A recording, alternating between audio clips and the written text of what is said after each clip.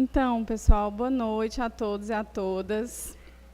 Esse tema não é um tema fácil, não é um tema comum, né? Nós procuramos ler, porque não tem nada direcionado específico em grandes quantidades de livros, em grandes leituras, mas eu vou tentar trazer para vocês uma visão espírita sobre a depressão infantil, porque, como outros transtornos ligados à infância, está se fazendo cada vez mais presente. E, às vezes, a gente acha que isso não acontece, que isso não existe, e isso está cada vez mais próximo de todos nós, né? Então, um psiquiatra chamado Denis Lima, lá da Universidade de Brasília, eu fui atrás de estatísticas, né, porque eu queria começar traçando o que se tem hoje, o que se sabe em relação à depressão infantil, né? E eu não achei muita coisa. Eu digo até que eu achei nada relacionado principalmente ao Brasil, né? Então, o professor Denis Lima, o doutor Denis Lima, ele trouxe uma estatística mínima que ele pesquisou, mas não a nível de Brasil, uma estatística americana que dizia mais ou menos assim, que essa depressão infantil, até os 6 anos de idade, ela é muito rara, ela quase não existe, pelo menos ainda, com registros, né? E aí ele dizia ainda, obrigada, que de 9 a 12 anos, essa incidência se vê de 13%.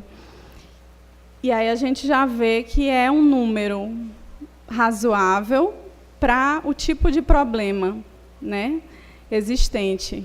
E depois ele ainda coloca que de 14 a 15 anos, nessa idade, que já não é mais criança, que já é adolescente, e aí ela dá um salto para os 40%, que aí sim já é um número muito significativo e muito grande e preocupante, né? Mas, voltando para o foco da infância aqui, que aí a gente está considerando a infância como a criança que vai até os 11 anos e 11 meses, digamos assim, ainda não chegou a completar os 12 totalmente, e nós vemos que é algo que existe, mas é algo que a gente precisa ter muito cuidado para ver, porque como tudo, quando a gente vai falar de transtorno, né, problema psicológico e tudo é muito intensificado. Quando a gente vai para a criança, isso preocupa cada vez mais. Só que a gente pode ter alguns comportamentos que, ao invés de ajudar, a gente vai acabar tendo consequências que são mais prejudiciais ainda para aquela criança do que o próprio auxílio, certo? Ainda na pesquisa do Dr. Denis, ele coloca que a prevalência entre homens e mulheres, ela, na criança, na infância, ela não se estabelece, não é algo que aparece mais em meninos ou em meninas, mas que, com o passar da idade, com a adolescência e a vida adulta, essa prevalência vai se direcionando para as mulheres, tá? Que sintomas, né? Porque a gente vai falar de um transtorno tão específico assim, que sintomas são esses? Porque muita gente hoje sabe o que é depressão, né? Porque está bem divulgado, mas tem coisas que são divulgadas e que, às vezes, a gente tem como verdade absoluta e não é bem assim, né? Então, tem diferenças entre crianças e adultos na hora de observar esses sinais, esses sintomas? Sim, tem diferenças. Algumas coisas são partilhadas. Por exemplo, é impossível você separar algo relacionado à autoestima. Essa autoestima é algo que está completamente abalada, tanto quando essa depressão aparece em adultos quanto crianças, certo? E aí a gente tem a infância como um período importante para desenvolver essas habilidades, essas características, principalmente relacionadas à autoestima.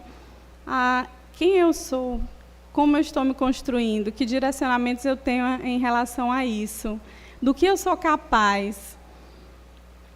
Então, na criança tem uma outra questão que é importante falar, que é sobre a irritabilidade.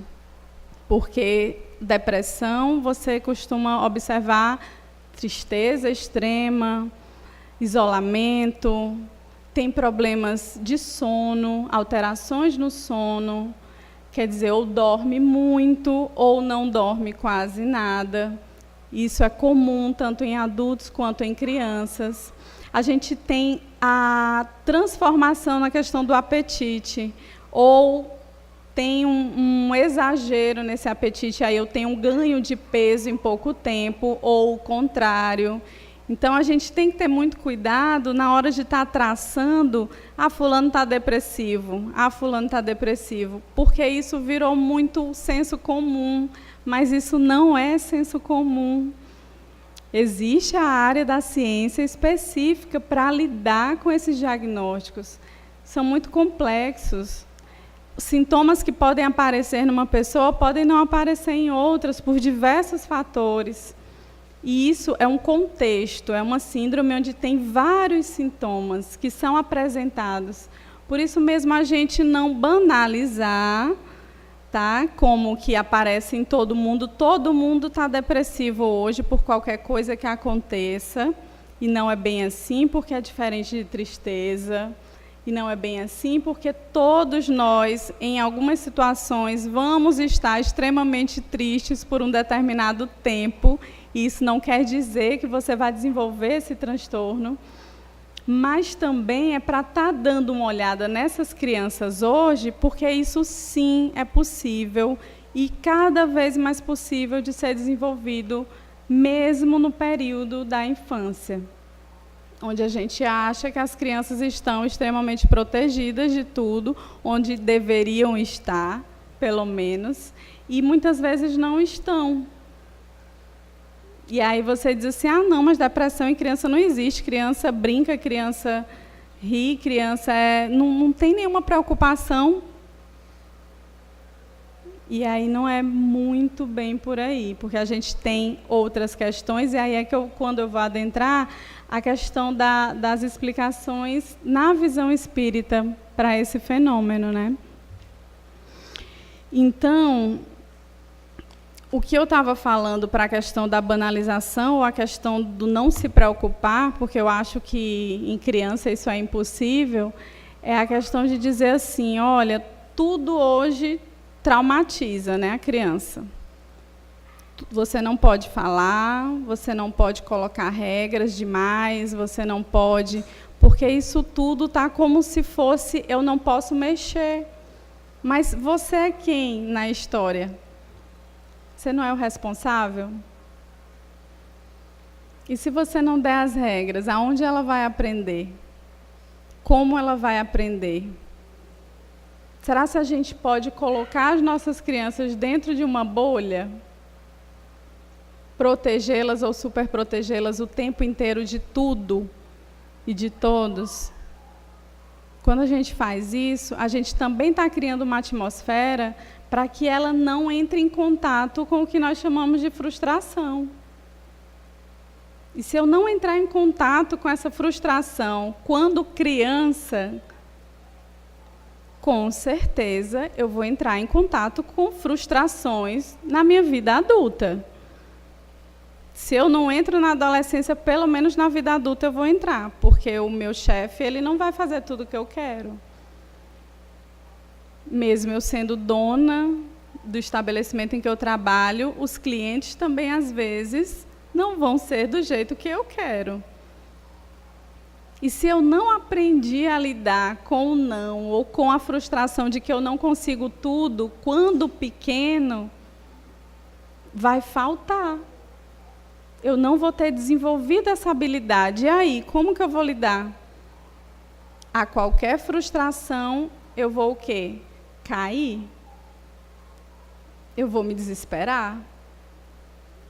É uma probabilidade gigante de sim eu entrar num caminho sem volta dessa tão falada depressão.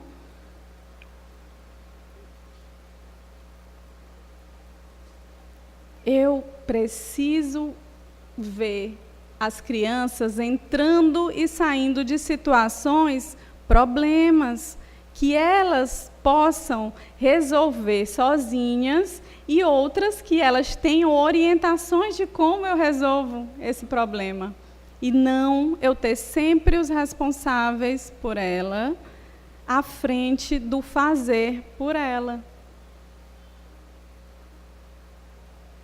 Se eu não tiver esse ambiente preparado para essa construção, para o desenvolvimento dessa habilidade, com certeza a probabilidade de haver um grande problema no desenvolvimento dessa criança relacionado às emoções e às relações sociais é muito grande.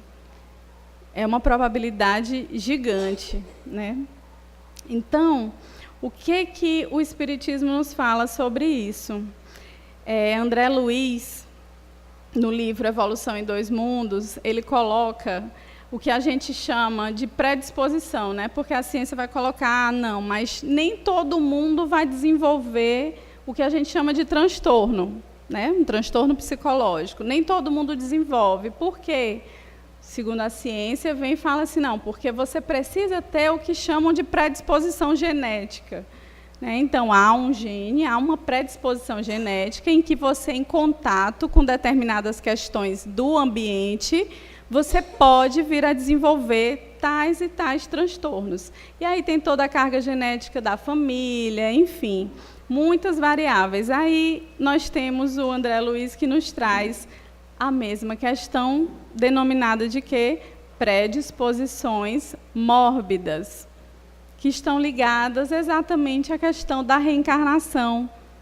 O que nós trazemos na nossa malinha para essa vida atual? Muitos trazem essas predisposições mórbidas, que vão exatamente estar em contato com o desenvolvimento desses chamados transtornos. E aí a gente vê e entra para a questão da depressão infantil como um deles. Não é diferente de muitos outros, não. Está no mesmo patamar, na mesma condição. E aí ele diz lá assim, doenças que duram, ou seja, aquelas doenças, esses transtornos que você não tem a chamada cura, né? Você tem um acompanhamento, um tratamento, enfim, para conviver melhor com tudo que ela traz, né? Então, assim, doenças que duram guardam no corpo espiritual as causas mais profundas. Então, André Luiz nos fala aqui, onde ele está dizendo assim, olha, essas doenças psicológicas, e a gente pega a depressão infantil como um exemplo delas, elas têm no corpo espiritual as causas mais profundas disso tudo. Está lá. Nós trouxemos muita coisa nas nossas malas. Ou uma só ou várias malas, cada um tem a sua. E trouxe questões que você vai ter que lidar e entrar em contato para evoluir, para desenvolver. E aí você diz assim, mas realmente, porque se é uma criança, que débitos ela já contraiu com os seus 8 anos de idade? São débitos de uma vida passada, que aparecem na infância muito cedo por conta da necessidade do espírito. Porque nós dizemos, nós não, o Espiritismo vai e nos fala. São corpos pequenos, mas o espírito, ele já viveu muitas vidas. Quantas? A gente não sabe. Cada um traz a sua história. E ele está reencarnando naquela família, com aquela necessidade, por motivos específicos e individuais daquele espírito. Aí a gente pode até ter questionamentos que relacionam assim, não, mas e cadê a justiça, né, divina? Uma criança, por que a criança? Um ser tão puro, tão inocente. Mas aí a gente volta para o conceito de são seres pequenos, corpos pequenos, em espíritos muito antigos, com vivências e necessidades próprias e específicas, individuais.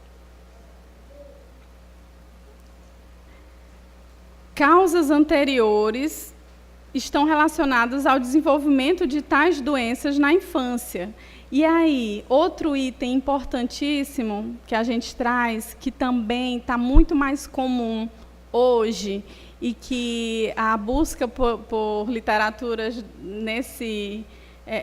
com esse tema estão sendo trazidas muito mais agora, por conta da necessidade do tempo agora, que é a obsessão infantil, né? Na infância, as obsessões. As crianças também podem estar sendo obsediadas. E hoje, muito mais do que há tempos atrás. Tanto que os olhares estão muito mais voltados agora para a infância. Será por quê, minha gente? Por que tempos atrás a gente nem ouvia falar em criança com depressão, criança com ansiedade? Hoje a gente vê e casos e mais casos de transtornos psicológicos ligados à infância. Nós estamos em um período de transição, não é? E é exatamente esse período de transição que nos traz tantas questões diferentes e tantas necessidades urgentes. Porque nós precisamos do tempo agora. Assim como nós precisamos desse tempo agora para nos aprimorarmos, evoluirmos, mudarmos, tem muitos espíritos que estão tendo que reencarnar agora. Agora. Ou com o planejamento, ou compulsoriamente, devido à necessidade daquele espírito. E aí eles estão reencarnando agora, porque é a época da transição e eu preciso que essas necessidades sejam alinhadas de alguma forma. E aí eu tenho um período da infância que é um período diferente de tempos atrás. E eu ainda encontro essas crianças nascendo em famílias que passam por um momento complicado. Momento onde nós temos a quebra de valores que antigamente tinham e eram muito cuidados, né? Você precisava desenvolver tais habilidades referentes aos valores daquela família. Isso era muito cobrado, até extremamente cobrado, claro. E aí eu digo que a gente vai de uma ponta a outra da régua, porque a gente cobrava muito a geração passada e hoje a gente vai lá para outra ponta da régua porque meu filho não pode ser criado como eu fui. Então, assim, eu nunca tive isso, meu filho vai ter.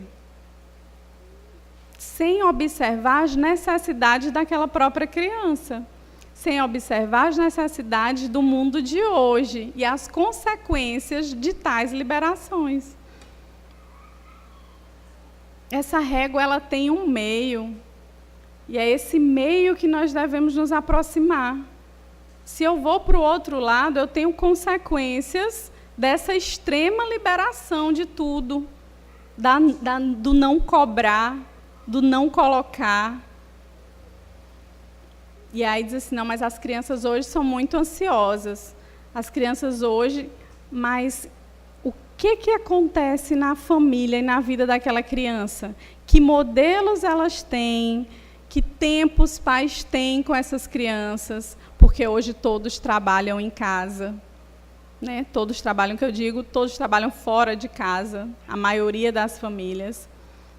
Tem os dois que trabalham fora, quando tem um pai e uma mãe, ou quando não, a criança vai ficando mesmo na escola, no reforço, em alguma atividade extra, ou com os avós, ou com um tio, e tem toda uma rotina que favorece o desenvolvimento disso aqui que a gente está trazendo, como se não bastasse o que você já traz na sua mala. Então, às vezes, fica assim, muito complicado e pedir demais que isso não se desenvolva. Porque ele tem todo o ambiente, ele está totalmente voltado para o desenvolvimento desses transtornos. Ah, Cíntia, e aí, o que a gente faz? E dá para prevenir? Dá. A gente não vai quitando os débitos e aí apagando uma ou outra coisinha através do que você faz de bom, das suas ações para com o outro e para consigo mesmo. Eu preciso praticar o bem, eu preciso exercer a lei de amor, porque dessa forma eu consigo, no mínimo, amenizar muita coisa. Vivenciar de outra maneira as questões que eu estou trazendo na minha mala. E para os meus filhos, o que eu posso fazer? Muita coisa. Só que nesse livro Painéis da Obsessão, Filomena de Miranda coloca na página 56 algo relacionado ao que já falei de André Luiz, né, das predisposições. Então, ele fala assim: por sua vez, na área mental, os conflitos e mágoas, os ódios acerbos, as ambições variadas, por estarem íncitos no espírito endividado, respondem pelas distonias psíquicas e alienações mais variadas. Aí é que ele está dizendo o quê? Que o espírito ele reencarnou com débitos. E esses débitos, essas dívidas, né, elas têm que ser alinhadas. E quando não são alienações mais variadas, essas alienações psíquicas, os transtornos mentais, eles vêm, eles eclodem, né? Eles aparecem. E não é do nada, não. Já tem toda uma história de vidas e vidas que estou trazendo na minha mala, né? Acrescentemos a essas predisposições a presença dos cobradores desencarnados, cuja ação mental encontra perfeito acoplamento na paisagem psicofísica daqueles a quem persegue, e teremos a presença da constrição obsessiva. Como se não bastassem os débitos, a mala e um ambiente propício a desencadear esses transtornos, eu ainda tenho os obsessores, que a qualquer baixa, eles estão ali chegando junto. E não importa se é criança, se é adulto, se é adolescente. Não. E ainda temos a questão da mediunidade. Todos nós temos um nível de mediunidade, mas nós temos crianças que essa mediunidade ela vai aparecendo muito cedo. Então, imaginem toda essa condição. É pedir demais para que não apareça, né? Mas aí é buscar o que fazer. Chego lá. Eis porque é rara a enfermidade que não conte com a presença de um componente espiritual, quando não seja diretamente este o seu efeito.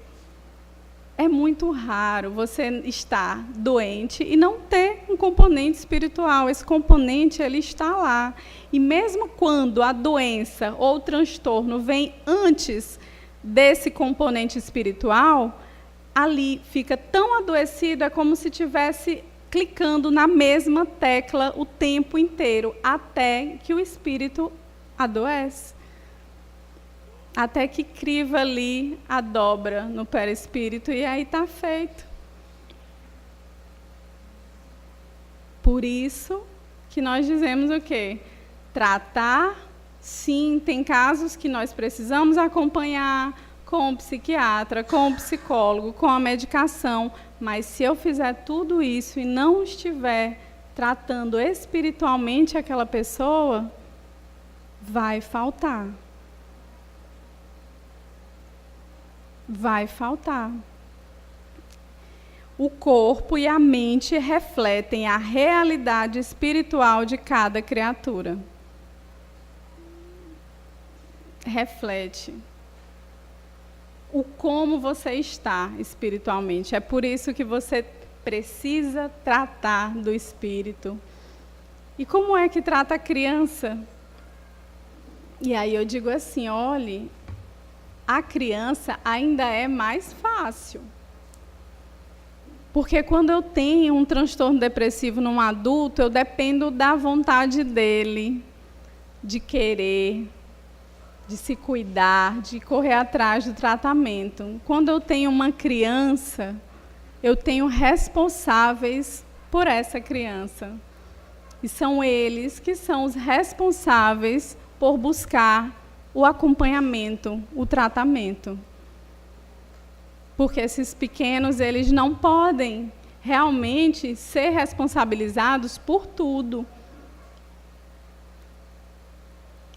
Porque eu tenho um responsável à frente dessa criança.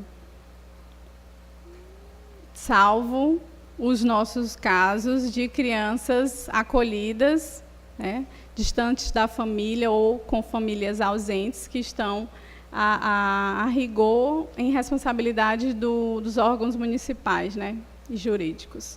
Imaginem essa perspectiva de quantos transtornos, quantas complicações aparecem. Mas, quando eu tenho uma criança, que eu tenho um único responsável que seja, isso se torna menos complexo. Vai ser difícil, sim, porque a condição toda é muito complexa. Mas eu tenho um responsável pela criança que pode buscar auxílio. E quando a gente fala que precisa do auxílio espiritual, precisa ser tratado, precisa ser acompanhado, precisa ser encaminhado. Essa criança precisa ter um tratamento para o que está acontecendo com ela. E aí é aquilo, cada caso é um caso. Alguns casos vão precisar de mais acompanhamentos, outros não. E a ajuda, ela está aí. Ela existe. Ela sempre existiu. Basta olharmos e avaliarmos o que ajuda que ela está precisando, a quem buscar e como, né? O mundo em transição, já falei as relações familiares, né? Porque essas relações familiares, elas têm que ser, os responsáveis têm que ser capazes de desenvolver nessa criança mínimas habilidades de lidar com as situações do dia a dia. E quando eu tenho um responsável que ele está adoecido? Porque aí, falando de depressão infantil, tem também algo que a genética, né? E aí a gente vai voltar ao André Luiz, as predisposições mórbidas, né? Porque você não vai parar numa família por acaso. Você está naquela família porque você tem, naquela família, questões que vão ser necessárias para o seu desenvolvimento, para a sua evolução.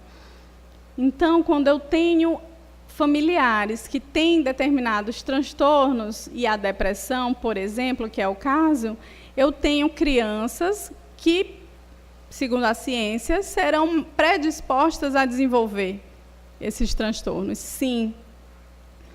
E aí eu tenho que acompanhar isso tudo, porque o mundo em transição, ele não está fácil.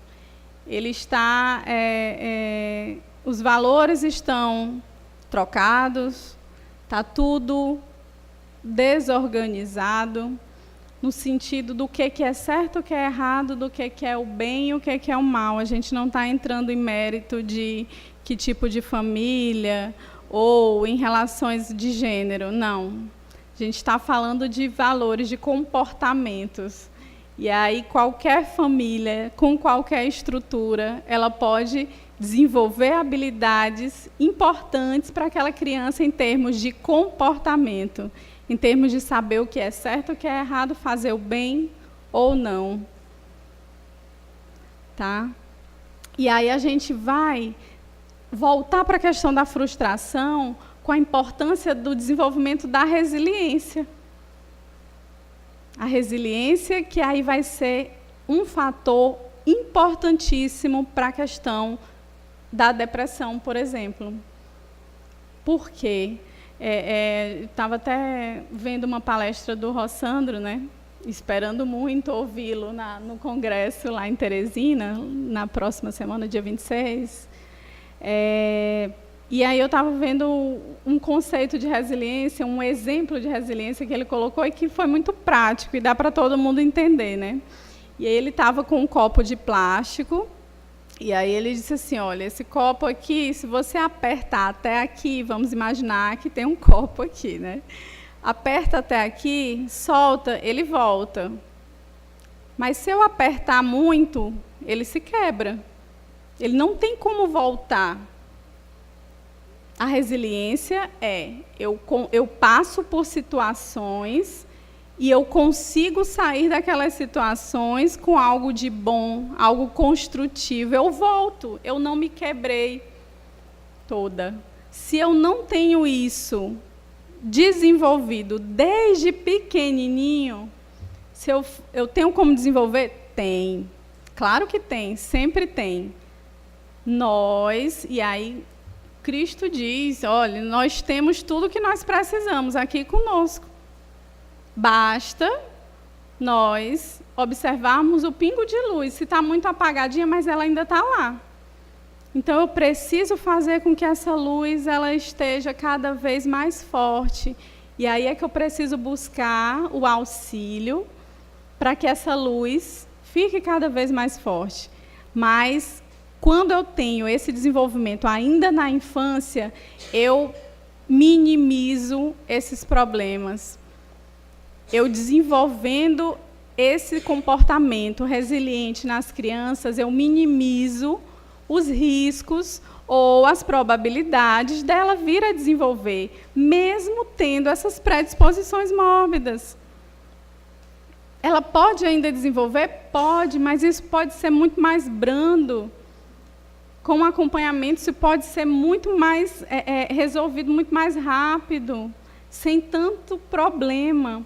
Mas eu preciso que as crianças entrem em contato com a frustração. Sem essa frustração, eu não consigo que ela entenda o que ela precisa fazer das próximas vezes. Agora, não é só frustrar. Eu tenho que, daquela frustração, o responsável vir e orientar. Qual o caminho ideal a fazer naquele momento? O que fazer? O que aconteceu? E aí você vai trabalhando também questões de relacionamento entre pais e filhos. Questões de relacionamento que vocês também estão trazendo na mala de vocês, para resolver com quem veio para você como filho.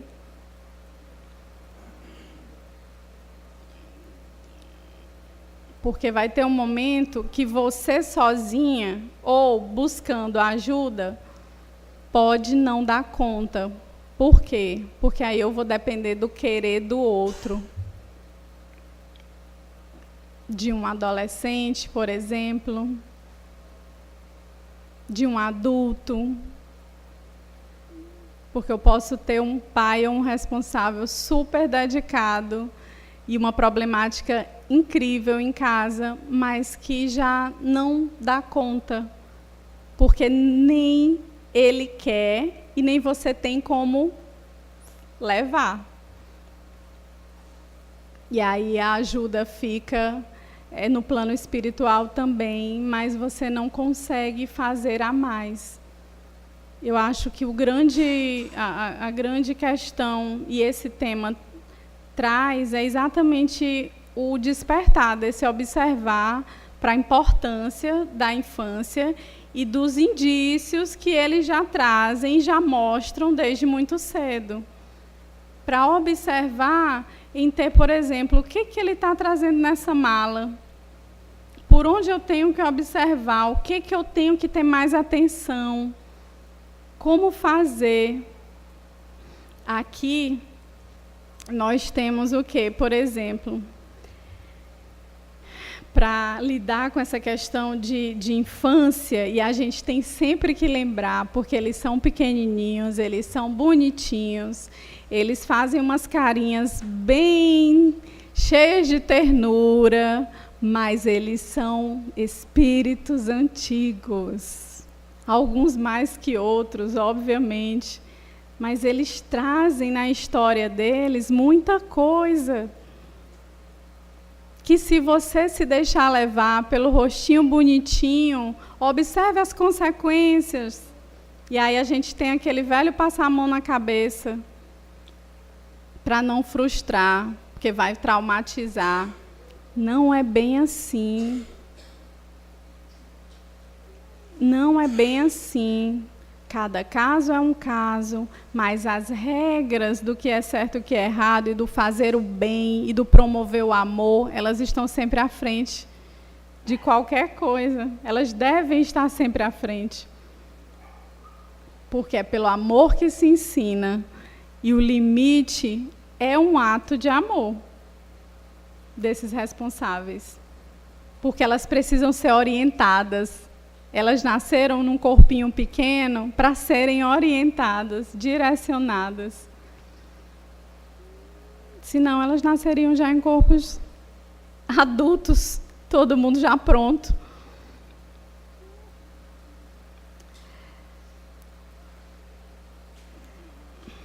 Aqui, no Livro dos Espíritos, na página 143, Kardec nos traz um parágrafo bem importante que cabe aqui, que ele fala assim, eles falam assim: a infância tem ainda uma outra utilidade. Os espíritos não entram na vida corporal senão para se aperfeiçoar, se melhorar. A fraqueza da pouca idade os torna flexíveis, acessíveis aos conselhos da experiência e daqueles que os devem fazer progredir. E quando se pode reformar seu caráter e reprimir-lhes as más inclinações, tal é o dever que Deus confiou aos pais, missão sagrada pela qual deverão responder. Por isso, a infância não é somente útil, necessária, indispensável, mas ainda ela é a consequência natural das leis que Deus estabeleceu e que regem o universo. Evoluir, progredir. E aqui, quando infantes ainda, ele coloca muito bem, é uma pouca idade que os torna flexíveis, eles ainda são flexíveis, porque depois não serão mais. E aí vai ficar muito mais difícil, porque você vai depender da vontade dele e das inclinações que já foram despertas há anos. Porque se em um ano você vê despertar inúmeras inclinações, imagine nos 12. Vamos fechar nos 12. Já vai para a adolescência como?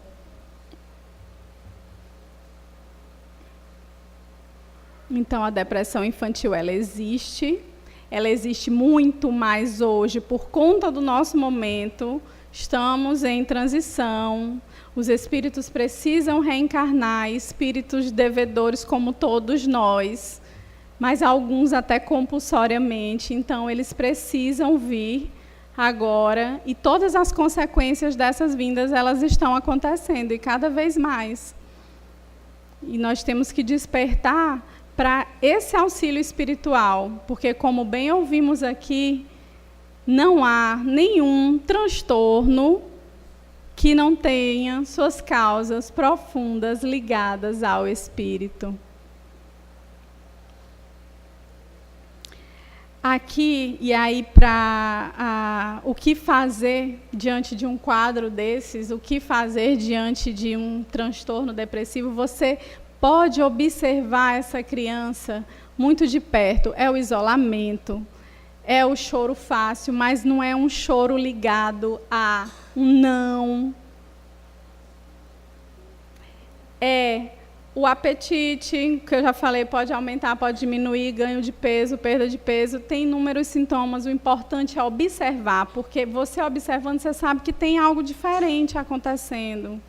Você sabe que aquela criança não era assim, ela está assim porque aconteceu alguma coisa, e buscar ajuda. Porque, como eu disse, não é só traçar os sintomas que você vê no Facebook, que você vê nas revistas, que você vê ou ouve na novela. Não, é muito mais do que isso. Porque esse diagnóstico é um diagnóstico sério, importante, e que precisa ter um tempo certo da apresentação desses sintomas. Não é... E tem que ter as diferenciações. Ela está passando por um processo de luto? Não. Teve uma situação gravosa? Não. Então, tudo isso tem que ter muita atenção. Não é só pegar e, fulaninho está depressivo. Não pode mais mexer, não pode dizer não, porque ele vai piorar. Ele vai piorar se não for buscar uma ajuda. Se não buscar ajuda, com certeza ele vai piorar. E aí, quando a gente tem uma ajuda espiritual, nós temos aqui o quê? Os tratamentos espirituais aos sábados, que ainda vejo, já aumentou, mas ainda vejo poucas crianças, porque às vezes não é só a criança que precisa desse auxílio, são os pais também, porque os pais também precisam ser acompanhados para cuidar, para fazer alguma coisa, porque não é só a criança. E quando é criança, você tem o responsável atrás dela, que deve estar à frente dela, e que precisa de cuidado também. Nós temos a evangelização, e aí, quando eu digo nós temos, sobre a casa espírita, mas quem não o é, buscar a espiritualidade, o direcionamento dessas crianças para uma crença, para a crença em Deus, senão ela não se sustenta, senão a família não se sustenta. E aí, se eu tenho um transtorno, que eu sei, que eu ouvi, que tem as causas espirituais, suas causas mais profundas, que não tem transtorno no mundo, que não esteja lá danificado o espírito, vamos falar assim com a palavra, eu preciso tratar. E eu preciso direcionar essa minha criança. Porque se eu deixar a livre escolha para mais tarde, qual será a escolha dela? Será que ela vai ter uma escolha? Se ela não viu nada, se ela não foi direcionada a nada, como ela vai escolher? O que ela vai escolher? E aí é desde pequenininho, porque depois o querer fica mais forte. E aí eles não estão mais tão flexíveis. Eu preciso não só colocar na evangelização e deixar. Não, lá ele está amparado. Não termina aí. A tarefa é árdua, é dura, é difícil. Você tem que se voltar, não está sendo acompanhado, eu tenho que saber conversar com ele, fazer o evangelho no lar, no nosso caso. Eu tenho que estar demonstrando a ele que isso faz bem, que consequências eu tenho, que o acompanhamento ele é de um todo, e não levo para a evangelização e tchau. Vou pegar depois, não sei o que ele viu, não sei o que ele fez, porque lá ele está amparado. Mas só lá não resolve também. É um contexto, né? É um contexto. E ele tem que estar amparado em todos os contextos do qual ele faz parte. E a família é a base, é com quem ele mora, é onde ele vê os modelos, é onde ele replica e é onde aparecem as inclinações. Porque muitas vezes aqui não vai aparecer, mas lá na casa vai aparecer. E aí? Então, minha gente,